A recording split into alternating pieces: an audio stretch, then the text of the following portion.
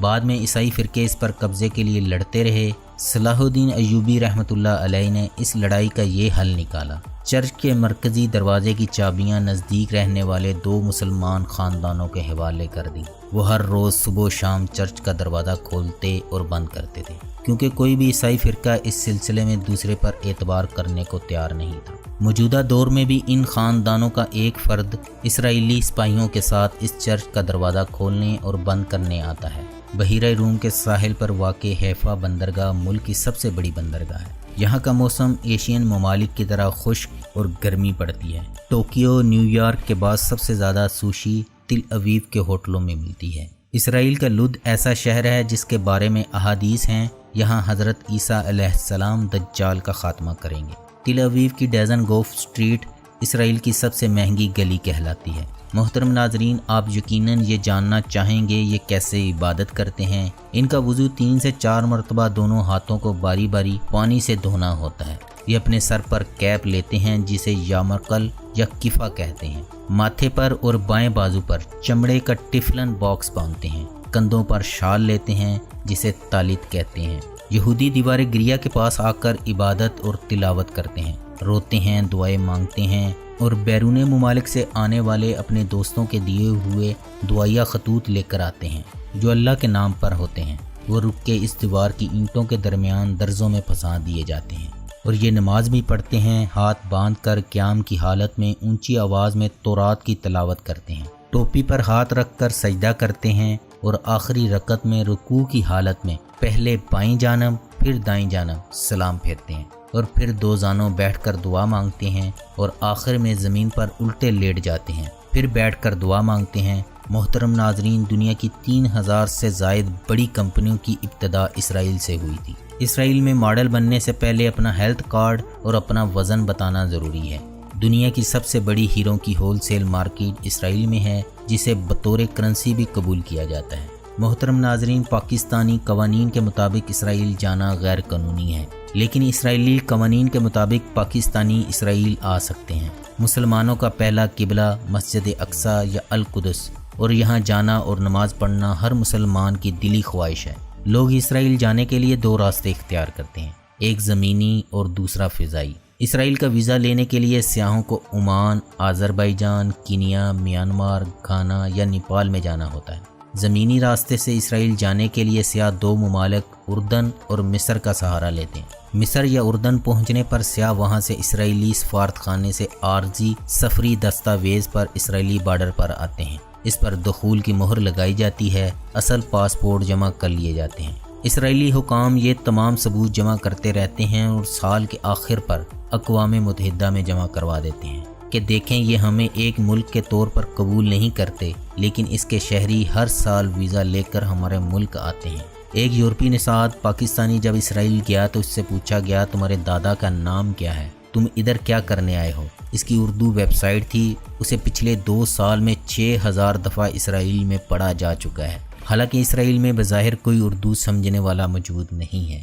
آپ خود سوچ لیں ان کی کدھر نظر ہے، اور ہم ابھی تک کمنٹس میں 5 لکھ کر مکھی کے اڑنے کا انتظار کر رہے ہیں۔ دنیا کا ہر یہودی اسرائیل کا شہری ہے۔ اسرائیل دنیا بھر میں واحد ملک ہے جس میں خواتین کے لیے فوجی خدمات ضروری ہیں۔ اسرائیل میں کسی بھی شخص کو زمین نہیں بیچی جاتی، بلکہ اسے لیز پر دیا جاتا ہے۔ اسرائیل میں فی کس کے اعتبار سے سب سے زیادہ کتابیں چھپتی ہیں۔ اسرائیلی دنیا میں سب سے زیادہ فروٹ کھانے والے مانے جاتے ہیں۔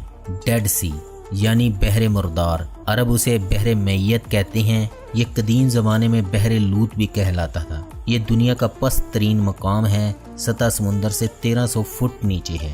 ڈیڈ سی دنیا کا واحد سمندر ہے جس میں کسی قسم کی حیات نہیں پائی جاتی۔ اس میں مچھلی ہے اور نہ ہی کوئی پودا، حتیٰ کہ اس پر کائی تک نہیں اگتی۔ آپ کو اس پر موج بھی دکھائی نہیں دیتی۔ اس پر کشتی، موٹر بوٹ، بحری جہاز نہیں چل سکتے، کیونکہ ڈیڈ سی میں نمکیات کی مقدار 23 سے 25% ہے اور عام سمندر میں یہ مقدار 4 سے 6% ہوتی ہے۔ چنانچہ بحری نمکیات کی وجہ سے ڈیڈ سی میں زندگی ممکن ہے اور نہ ہی کشتی رانی۔ آپ جو ہی سمندر میں کشتی ڈالتے ہیں یہ فوراً الٹ جاتی ہے۔ یہ دنیا کا واحد سمندر ہے جس میں کوئی زندہ شخص اور جانور ڈوب نہیں سکتا۔ اس کا جنوب مشرقی علاقہ اردن اور مغربی علاقہ اسرائیل کے پاس ہے۔ یہ سمندر دراصل اللہ تعالیٰ کے عذاب کا نتیجہ ہے۔ حضرت لوط علیہ السلام کی 5 بستیاں جس میں صدوم، امورا اور زغر زیادہ مشہور تھیں اس جگہ آباد تھیں۔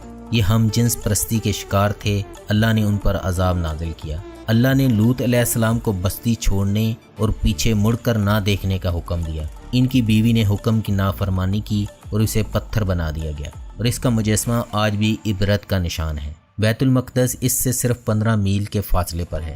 ان کی کرنسی شیکل ہے جو پاکستانی 39.31 روپوں اور انڈین 19.31 روپوں کے برابر ہے۔ اسرائیلی نوٹوں پر ورٹیکل تصویریں چھاپنے کی بجائے ہوریزنٹل چھاپی جاتی ہیں، اور ان نوٹوں پر اندھوں کی پہچان کے لیے نشانیاں رکھی گئی ہیں۔ منورہ اسرائیل کا سرکاری نشان اور یہودیوں کی مقدس مذہبی علامت ہے۔ یہ 6 شاخوں والا ایک شمعدان ہے۔ یہ جھاڑی منورہ سے ماخوذ ہے۔ یہ علامت ان کی عبادت گاہوں میں بھی موجود ہوتی ہے۔ رومیوں نے 70 عیسوی میں جب یروشلم میں ہیکل سلیمانی کو برباد کیا تو اس میں موجود منورہ کو اپنی فتح کی یادگار کے طور پر روم لے گئے۔ منورہ جھاڑی فلسطین میں عام پائی جاتی ہے۔ اسرائیل میں سب سے زیادہ رکھا جانے والا نام نوم ہے، جس کا مطلب ہے خوشگوار۔ اس وقت دنیا میں سب سے زیادہ غرقت درخت لگانے والا ملک اسرائیل ہے، کیونکہ اس کا ذکر ہماری احادیث میں ہے۔ ان کی لینگویج ہے ہیبرو عبرانی، جو 3000 سال پرانی زبان ہے۔ ماڈرن لینگویج ان کی یڈش کہلاتی ہے، اور دوسری سب سے زیادہ بولی جانے والی زبان عربی ہے۔ ان کی مقدس کتابوں کے نام تنخ، تورات، بائبل، تنائم، قبالہ، خلاقہ اور تلمود ہے۔ یہ انبیاء کو کن ناموں سے پکارتے ہیں؟ آدم علیہ السلام کو ایڈم، نوح علیہ السلام کو نوحہ، یعقوب علیہ السلام کو جیکب، اسحاق علیہ السلام کو ایزک، جبرائیل علیہ السلام کو گیبریل، اور سلیمان علیہ السلام کو سولومان، اور داؤد علیہ السلام کو ڈیوڈ، موسیٰ علیہ السلام کو موسیس، عیسیٰ علیہ السلام کو جیزس کہتے ہیں۔ محترم ناظرین، آپ کبوتر کی طرح آنکھیں بند کر لیں کہ بلی آپ کو نہیں کھائے گی، یا ٹٹیری کی طرح ٹانگیں اوپر کر کے ٹٹاٹی کا شور مچائیں کہ آپ نے آسمان کو سر پر اٹھا رکھا ہے، تو مسئلے حل نہیں ہوں گے۔ وہ چاند پر دنیا کو بسانے میں لگے ہیں، اور ہمیں ابھی تک چاند ہی نہیں دکھائی دیتا۔ اسرائیل دنیا کا واحد ملک ہے جو اپنی ضرورت کا 100% خود اگاتا ہے، اور سب سے کم پانی سے فصلیں اگانے کی ٹیکنالوجی بھی انہی کے پاس ہے۔ حالانکہ ہمیں کہا گیا ہے کہ پانی کم استعمال کریں، بھلے تم نہر پر ہی کیوں نہ بیٹھے ہو۔ حکم ہمیں ہے، عمل وہ کر رہے ہیں۔ محترم ناظرین، مشرقی اور وسطی یورپ میں بسنے والے اشکنازی یہودی کہلاتے ہیں، اور ان کا سب سے بڑا فرقہ آرتھوڈکس ہے جو کٹر خیالات کا مالک ہے، اور اس کے بعد الٹرا آرتھوڈکس آتے ہیں جو دین میں کسی قسم کا رد و بدل پسند نہیں کرتے۔ کالے ہیٹ اور کالے لمبے کوٹ پہنتے ہیں اور سیڈوں پر لٹیں نکالتے ہیں۔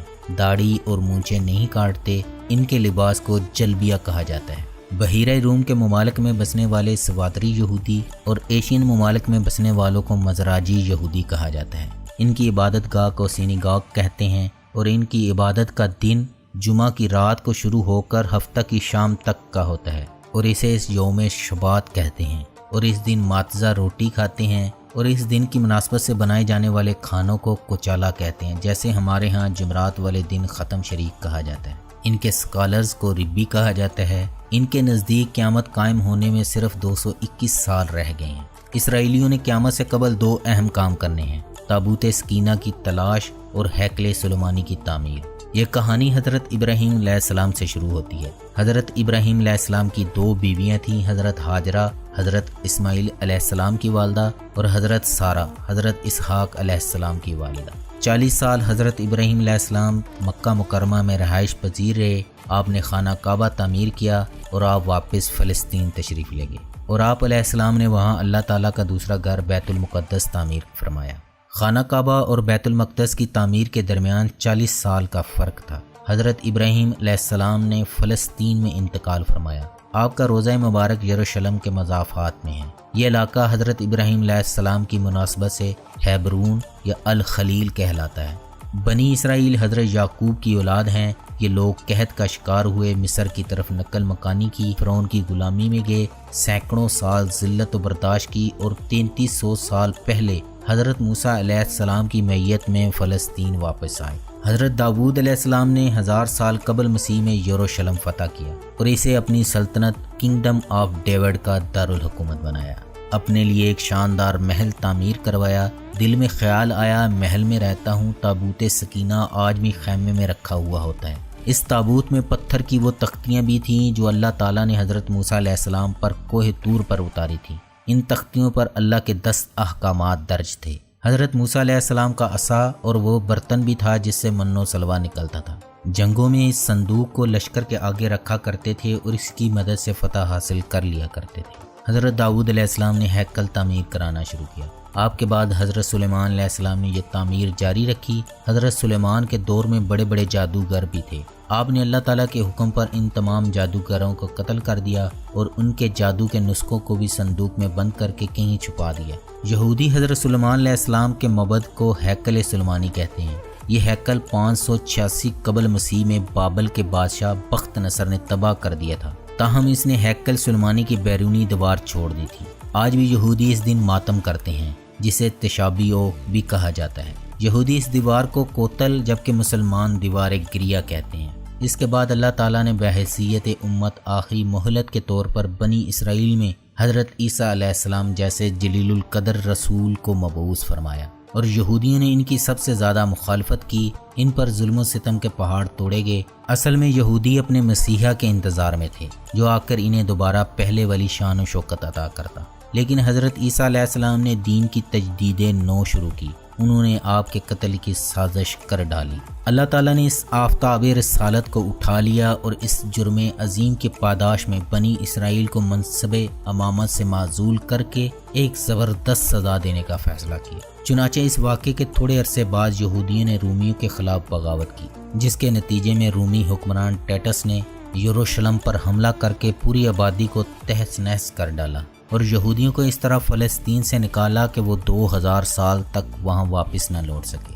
جب برطانیہ نے فلسطین پر قبضہ کیا تو ساری دنیا سے یہودی اکٹھے کر کے اس جگہ دوبارہ بسا دیے، جس سے ایک ناجائز یہودی ریاست کا قیام عمل میں لایا گیا۔ تابوت سکینہ کہاں ہے کسی انسان کو نہیں معلوم۔ یہودی اس تابوت کو حاصل کرنے کے لیے پورے کرۂ ارض کو کھود ڈالنا چاہتے ہیں۔ محترم ناظرین، یہ تھی آج کی ویڈیو۔ میں امید کرتا ہوں آپ کو پسند آئی ہوگی۔ اسے اپنے دوستوں کے ساتھ شیئر کرتے ہوئے لائک کے بٹن کو دبا دیں اور کمنٹس باکس میں اپنی رائے کا اظہار کریں۔ اللہ ہم سب کا حامی و ناصر ہو۔